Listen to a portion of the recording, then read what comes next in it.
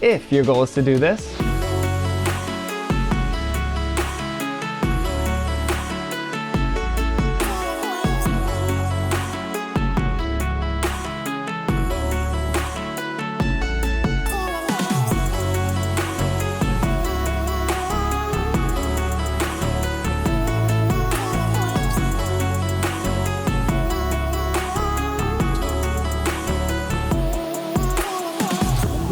Then keep watching.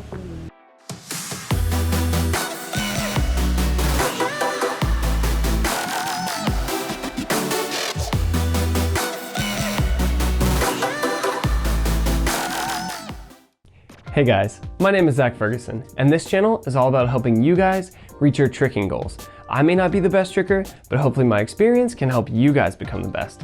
This is a tutorial for a back handspring. Other than backflip, this is probably the most well-known acrobatic skill because of the popularity of tumbling and gymnastics. This is one of the most, if not the most powerful setup for a gymnast. Generally, they will do something like round off back handspring to a flip that they want to do, like double backflip, double pike, full in, full out, that kind of thing. For our purposes in tricking, we tend to do more over the side or 45-degree axis flips, but a back handspring can help you with your tumbling skills, and it can also help you learn your backflip later on. But that's obviously far from the only use. You can be really creative with a back handspring. It doesn't always have to be this back handspring where you punch out of it. You can step out of it, you can land on your left leg and swing it, you can do it on a 45-degree axis, and it'll still kind of not be a Macacao, depending on what you're doing it out of. For example, I like to do B-twist back handspring dub, and that's a really fun combination, but my B-twist is always a slight off axis. It's not like a perfect gymnast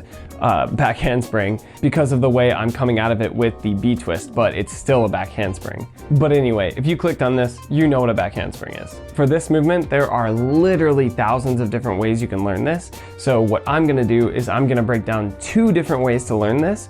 First, the way I like to teach my students and the way I personally think that you should learn it. And then second, the way I actually learned this. Then we're gonna go over a couple different drills for what you can do to kind of get yourself over the fear or understand how to do the movement if you have access to something like mats. But that's supplementary, so I'm gonna teach you it, and then I'm gonna teach you how to do those things. Because again, obviously some of you guys may not have mats or access to a gym, and that's okay. I learned mine without access to a gym. I learned it completely on grass. But obviously use the tools if they're accessible to you. So the prerequisites for this will be a Macacao and a backflip if you have that. One of those, not both of them, Macacao or backflip. I'm not gonna teach you a Macacao in this video because I already did that in that video if you wanna go check it out. But you're here to learn back handspring, so let's go ahead and get started with the quick tutorial.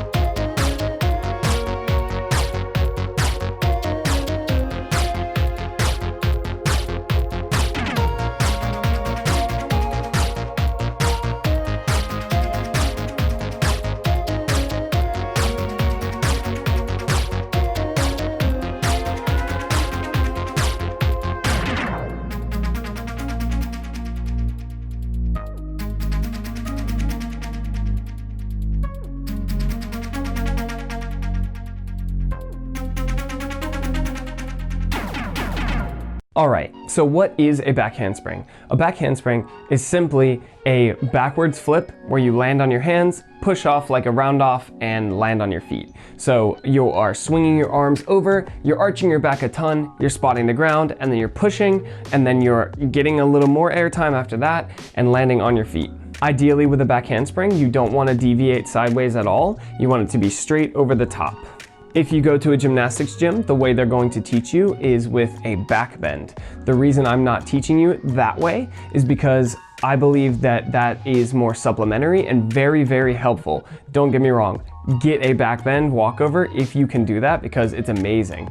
However, I don't have my back bend walkover and I never have, but my back handsprings are pretty good. So it is not necessary to have that. However, like I was saying, if you go to a gymnastics gym, they're gonna teach you that way. So it's helpful, but it takes a very, very long time because it's based on flexibility. My back walkover or my arch is only about there. I can't get farther than that. But again, I still have a relatively good back handspring. So it is not about flexibility. I just wanna make sure that you understand that. You do need a bit of flexibility because you need to be able to open your shoulders all the way and you need to be able to arch your back and stretch your stomach, but it's not necessary to have a back bend. But like, work on your bridge. It's super helpful to so many things. So like, don't neglect that. I'm working on it a lot more lately. But let's go ahead and get to method number 1. That's gonna be learning it from a Macacao. A Macacao is a sideways back handspring motion that comes from capoeira and, as far as I know, means monkey in Portuguese. It starts many different ways, but the focus or the intention of your Macacao is to start somehow sideways, like a crab position or a backwards jump, and then arch so that you come down with your hips relatively straight at the end, even though you started sideways. So that's what we're gonna do for our back handspring. We're gonna start sideways and slowly work it all the way until it's straight over the top.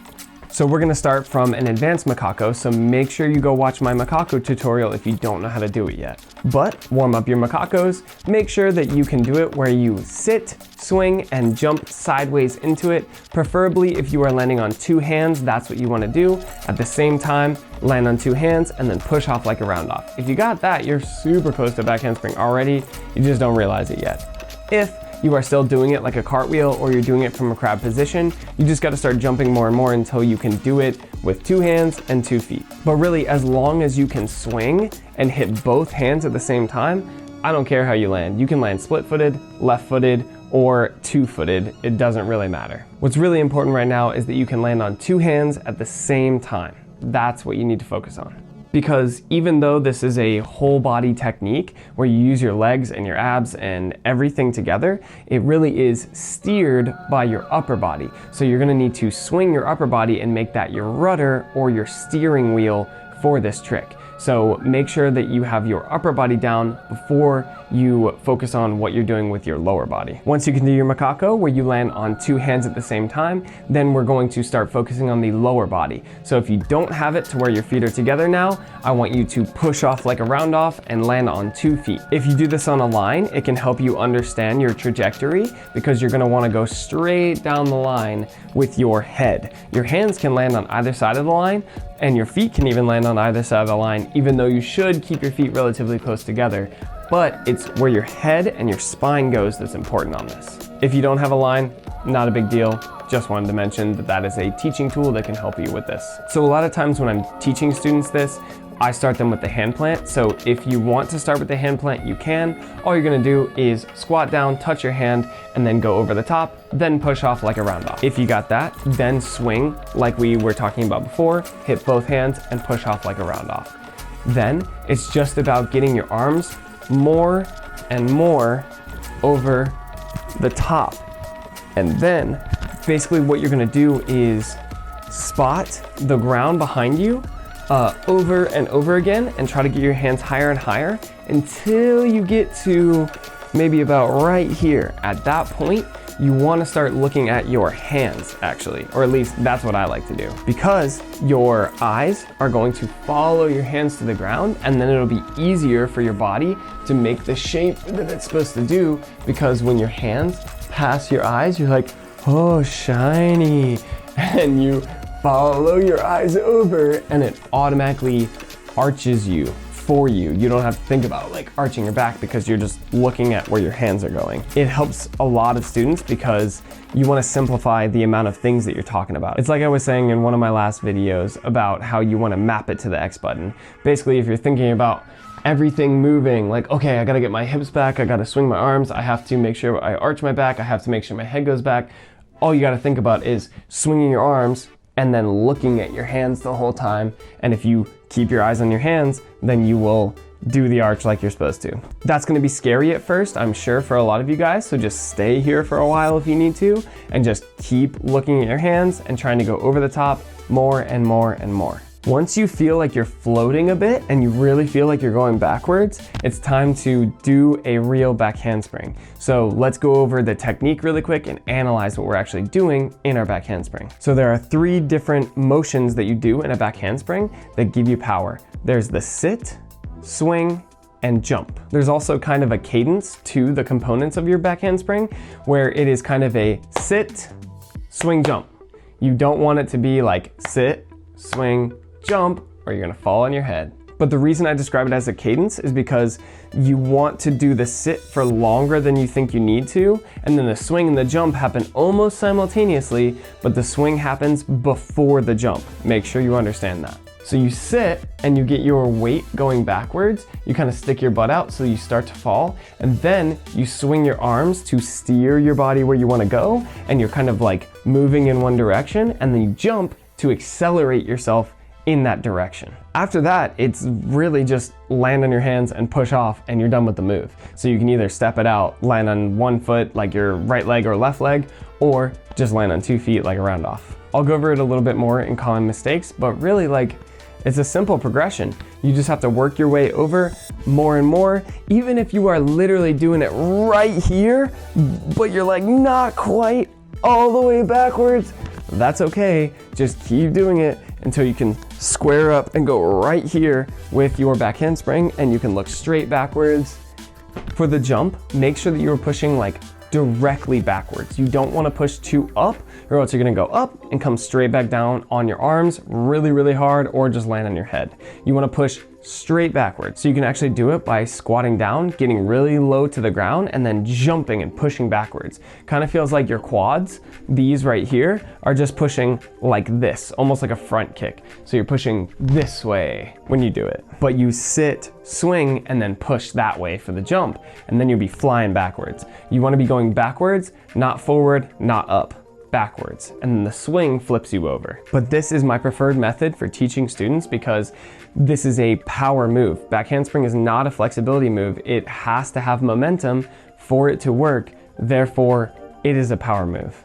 Also, because you are spotting the ground the whole time in your Macacos early on in this, it can help you understand how to get over the fear for this movement because your eyes are just where you want to land all the time, and then by the time you're here, you're used to going back in the Macacao motion, and then it's not as scary to look backwards and swing over the top. It's really just about repetition, repetition, repetition. This may take years for you to get, but if you stick with this technique, you will get it. I promise you, you will get it if you train safely and you keep trying this technique. But if you put all those components together, then hopefully that will get you your back handspring. And for method number 2, the way I got it is from a backflip. So I feel like my back handspring is pretty clean, especially when I do it out of a round off. And the only reason I mention that is because I kind of learned it this janky podunk way where I was kind of like, had a backflip first and had a harder move technically, and then I worked my way back to the easier move technically, but back handspring was way scarier for me than a backflip because I was like having to cut my backflip short halfway and then land on my hands, and like what if I landed my fingers wrong or something? It was kind of freaky to do. But essentially what I did, and what you should do if you have a backflip but you want to get back handspring, is start with an open backflip. When I did it, I did not tuck my backflip for, gosh, like 3 years, because like I mentioned in my fear video, I learned my backflip from doing it outside in a yard, and I had done parkour a lot, so I could just jump real good and keep my body kind of tight and do a big open, not quite whip, but a big open backflip without having to tuck much at all. And that helped me a lot when learning my back handspring because I could just do it and spot the ground for a long time. So what I did was I just did a backflip and then I kind of landed in a squat or frog position, maybe 10 times, just getting used to that motion. Remember, only do this if you can spot, but if you are landing your backflip very consistently, then you should be able to do your backflip and see the ground before you open up and reach to the ground with your feet. If you can do that, it's a simple process of just trying to tap the ground first right before you land your feet and get used to doing it over and over again so that you put more and more pressure on your hands before your feet land. This will cause you to elongate over time and get it looking more and more like a back handspring. Then, once you feel like you actually have a little bit of spring from it, you want to start going a little bit lower and just kind of more back. So don't try less, just jump the same amount of intensity, but more backwards rather than more up. Make sure you're always keeping your arms relatively straight. You don't want them completely locked out, but you also don't want to bend them too much, because then you're basically doing like a push-up when you land, and it's a lot harder to use your muscles to do it. You want to keep your body relatively straight and use your skeleton to do it. But again, don't lock out your elbows, otherwise it's gonna hurt real bad. Make sure you're swinging really aggressively, because that's going to flip your body faster, especially when you start going lower to the ground. I think the term back handspring is kind of a misnomer. It should be more of a rock skipping across water rather than a spring, because when I think spring, I think compress and then open, right? But if you do that in a back handspring, then you're actually slowing yourself down. You want to be flipping backwards fast enough to where you just stay relatively straight and you tap the ground, and that continues your acceleration. You have a tiny bit of upwards force, but because you're going back so aggressively, it flips you over and over again, just like my subscribe button down there. Once you're comfortable with it, just do it over and over again until you can do it fast and long. Your goal is to go as far away from your original standing takeoff position as possible, because then you are covering distance and physics is pulling you over, basically. Physics is pulling you over. So what I mean by that is gravity is always pushing you downwards. So what you want to do is accelerate yourself backwards so that your arms are being pushed straight down when you swing. So you're swinging back, but you're being pushed down by gravity, and then your feet are coming over, and then you push off even more backwards. So you push yourself backwards again, and then your feet get pushed down by gravity. So your head comes up fast as long as you're staying stiff, and then you can repeat the process and do multiple back handsprings that way. It's gravity pushing down and you keep going that way and staying stiff, and it'll just continue as a cycle until you get too much fatigue to push off or stay stiff or you hit a wall or something. But yeah, that's how I learned back handspring. Backflip, a little bit lower, a little bit more open over time until I could do a relatively good back handspring. So now I'm gonna give you 3 different kind of drills or things you can do to help you with these techniques, but really there are like thousands of drills you can do for back handspring, so this is by no means an exhaustive list. The first thing you can do is the Macacao progression, but off of an elevated surface. You don't want it to be too high because then it'll be kind of freaky, but if you can do it like onto a mat or even just off of like a little dune or a hill or something, then the progression will be a little bit easier because you have more jump and more time in the air to think about what you're doing and make changes. Just be aware when you do it off of any height that you can undercut really easily if you don't have good technique. So make sure you're jumping back off of whatever ledge. But essentially it's just do the same Macacao progression, but off of a higher surface. And then once you're comfortable with that and you can do a really good back handspring, do it on the ground, but just think a little bit higher or a little more force than normal. And that can help you understand how to do your back handspring better. Another thing you can use is something that you might find in any tumbling facility, and that is a roller block. So there's a couple different uses for these, but their main use is to teach you a back handspring. So what you can do is start by just laying on the roller block and rocking back and forth. This is like a really good stretch and a really good warm up just for fun to like roll around and just vibe on it. But basically just roll back until your hands touch and try to push yourself back the way you came from. This can be kind of hard to do. So if you can't do it, don't worry about it. It's just a lot of like finger and wrist strength. But you can also just do it and just roll over or come out of it sideways. I do want to mention that you want to find the correct size, so kind of gauge it based on me. You want it to be at least about your hip height, because if you get a lower one, then you won't be able to extend your arms all the way and you will be like, okay, why is this even useful? It doesn't help at all. I just crash on my head when I do it.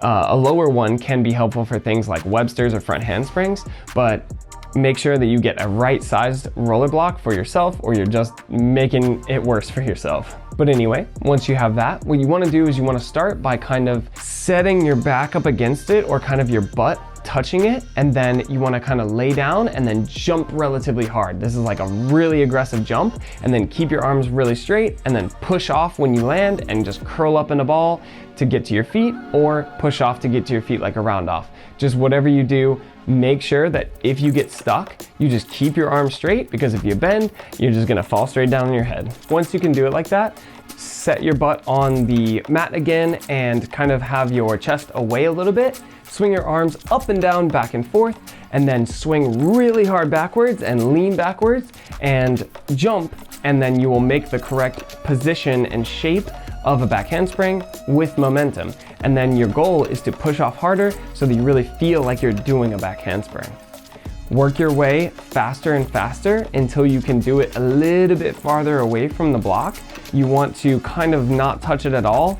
You can start by starting standing away from it, squatting, touching, and then going. And then you can do it where you are just like maybe 2 feet maximum. You don't want to be too far away from it, but basically you want to be 1 to 2 feet away from it, and then sit, swing, jump, go over the mat. And if you feel like you can do a back handspring with that, then possibly do a back handspring with that. But again, this is kind of more of a tool of teaching you the posture and the feeling of a back handspring, rather than specifically teaching you how to do a back handspring. This is what it's gonna feel like, but you won't have all the support, obviously, and there's no like middle ground. It's not like you can like take pieces away or use smaller blocks until you have a back handspring. Really, the best thing you could do with this roller block after you can do it fast is just try not to touch it and go all the way over the block. But even then, it's kind of not the same form as doing a back handspring if you can jump all the way over it, because you have to like do a huge high back handspring that's basically a huge backflip before you touch your hands. So use this as a tool and use this as a stretch, but it's not necessarily the best way to learn your back handspring.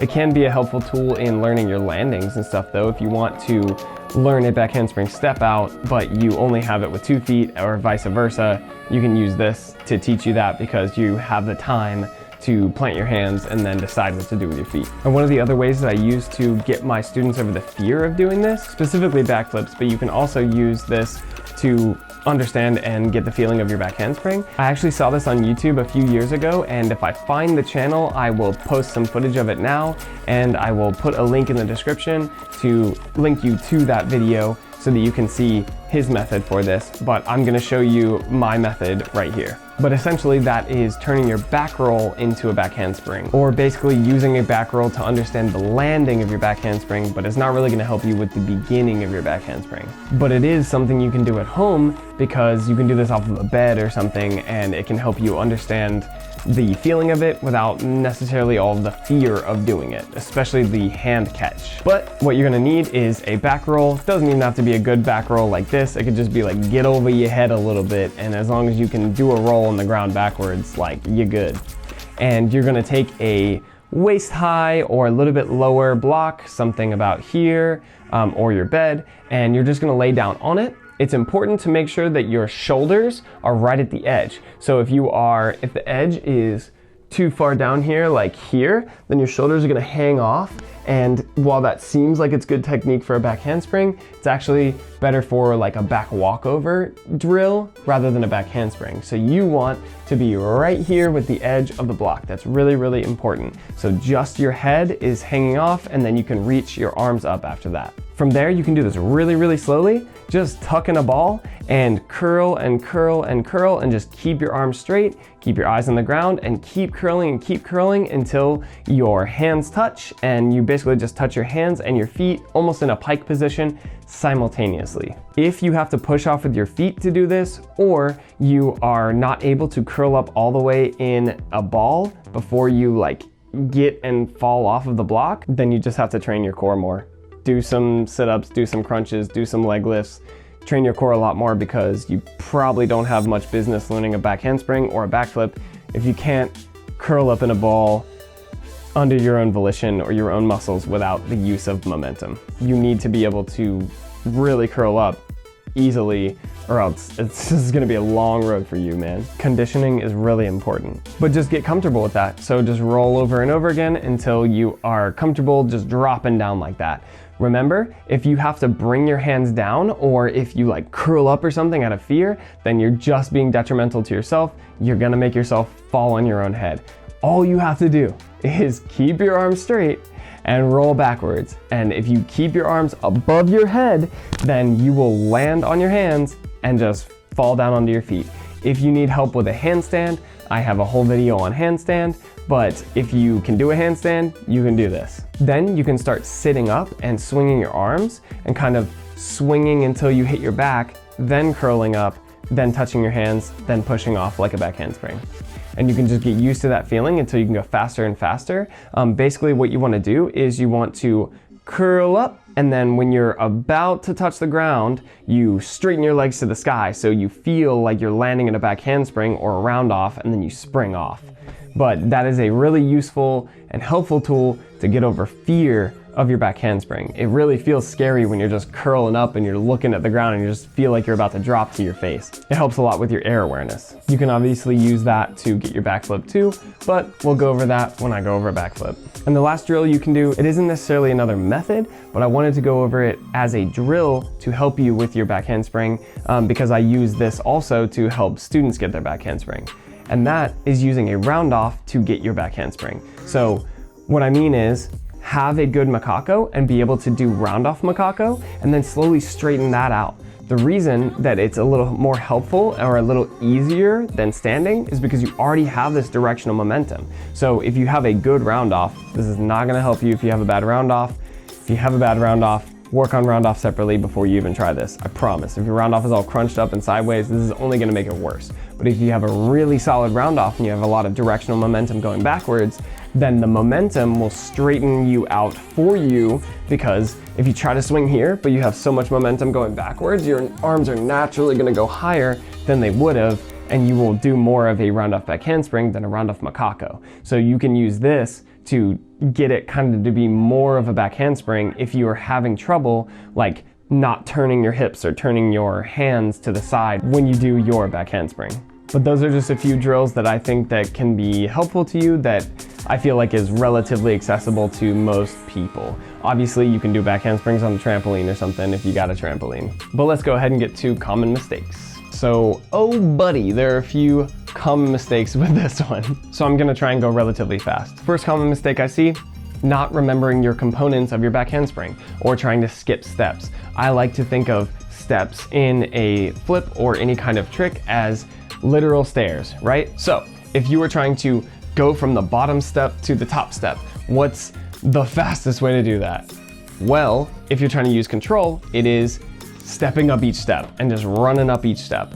But you can obviously jump and try to jump to the top step, but you have a higher likelihood of tripping, right? So it is possible to go from 0 to 100 with a lot of flips, like literally like I did with backflip. I just didn't have it at all, didn't do any real progressions except for getting spotted, and then just did it, right? So that is an example of that.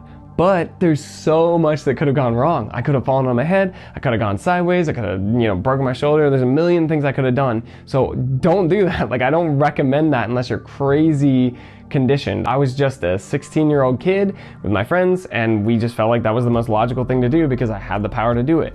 But just think critically when you're learning flips, like don't hurt yourself. So if you are rushing your steps or something, then what you may end up doing is just completely skipping a step altogether and like tripping on your face, right? So if the components are sit, swing, jump, but you just go sit, jump, then you're gonna go sit, jump, and you're gonna fling yourself backwards to your head, right? If you go sit, swing, but you forget to jump, you'll probably just do a back bend and just fall right on your head or just like melt onto the ground. If you do swing, jump, which I see a lot where people just stand there and think they do the squat, but they don't squat down at all, then you're probably either gonna gainer and like undercut and just fall on your back or something, or you're just not gonna do anything. You're just gonna stand there and just swing and get stuck. You can also do these out of order. So if you do like sit, jump, swing, and you forget to even swing all the way, or you swing too late, then it's your head leading the motion, and then your arms are gonna be here, so your head's gonna hit the ground before your arms do, and then you're gonna get severely injured. So sit, swing, jump.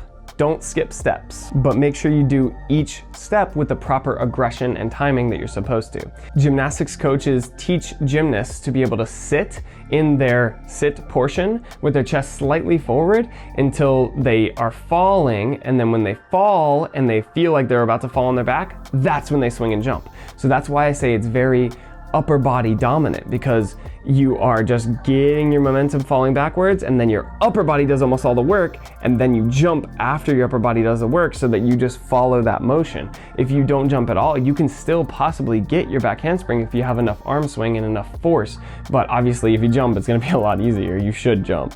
But you can almost do the whole motion before you even jump, especially if you're flexible, which is why they teach it with back bends.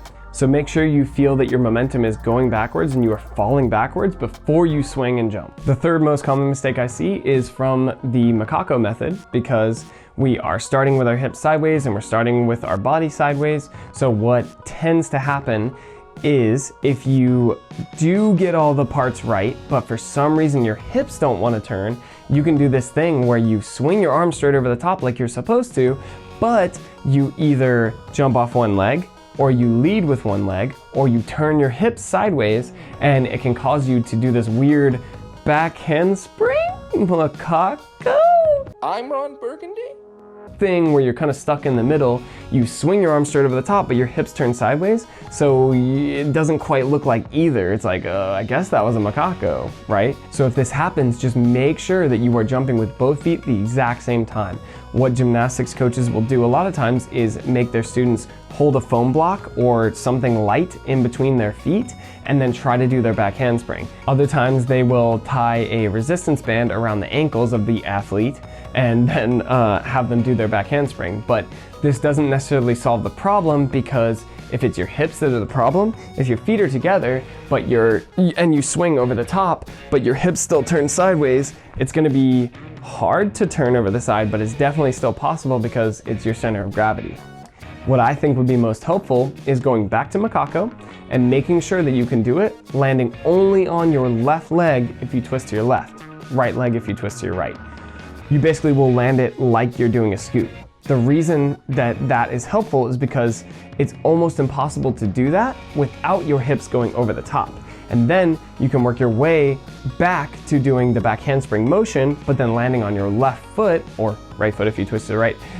And then essentially you're just doing a back handspring over the top and then landing on your left leg, and then you fix the issue and you can just land on both feet again and spring off and have a correct over the top position. Of course, the opposite can also happen, where you are going straight over with your lower body but you still swing your upper body, but I feel like that is fixed in the previous methods. So just go back to the Macacao method and try to fix those arms. Get them over more and more and more, and you'll get your back handspring. Another common mistake you'll see is what's called frog legging or frogging. It's just where your legs are very wide in your back handspring. If that's happening, control your legs, man. It's not that hard.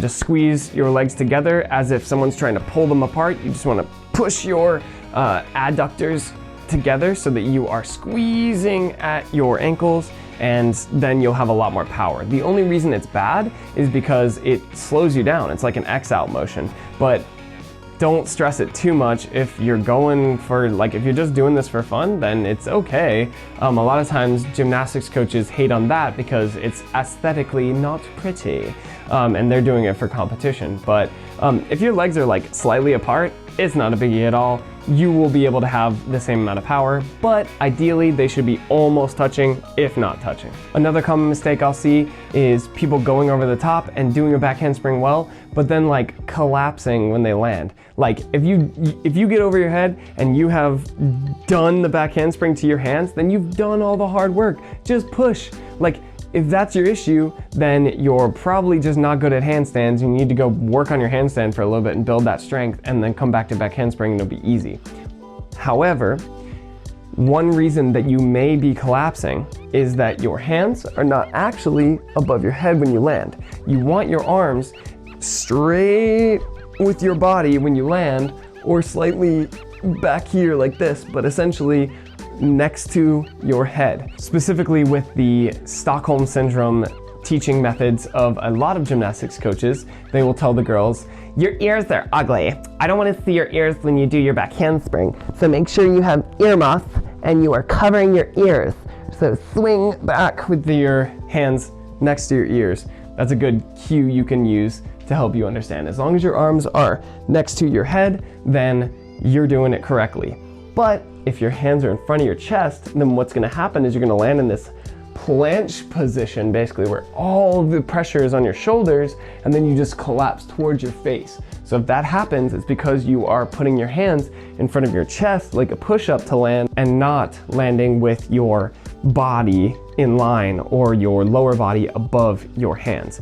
Make sure you don't land in a push-up position, or else it's gonna be a lot harder for you. And by far not the last common mistake, but the last one I can think about right now, it's undercutting. Undercutting basically means that anytime you are doing a back handspring, you should be traveling backwards. But what happens is sometimes if you lead with your hips forward from the direction you're taking off, so I should be going this way, but I let my hips go forward and then I swing, you tend to go back underneath yourself. So if you don't have a big footprint with your back handspring where your feet start in one place and then your hands land way behind, and you are landing something like this, then you are undercutting and you are getting rid of a lot of power that you could have. A lot of times you will see people do this where they do a back handspring and they land in the same spot with their hands where they took off. That is not a good thing. You want to go backwards. You don't have to go crazy far backwards, but you definitely want to travel in a backwards trajectory.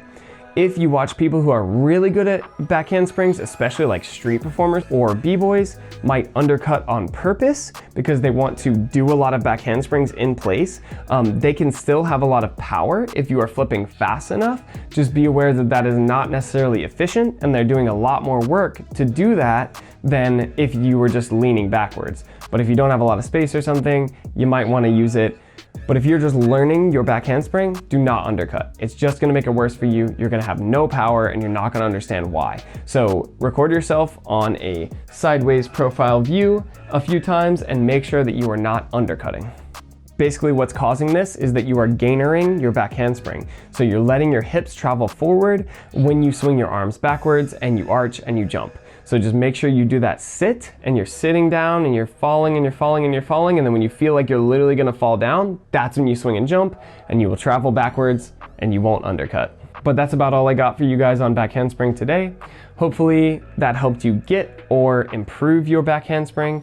I love doing back handsprings. They're really fun. They are a very basic skill, but they're still super impressive to anybody, so it's fun to have them. I love being able to do acrobatics and tricking in general. I'm just feeling thankful since it's close to Thanksgiving and these holiday seasons. But if that did help you get or improve your back handspring, please like the video, leave a comment down below and let me know if it helped you, or if there's anything else you want to see from me. Please subscribe to my channel so that you can help me on my quest to 1,000 subs. We're getting super close to 500 subs. Thank you guys so much for that. That means so much to me.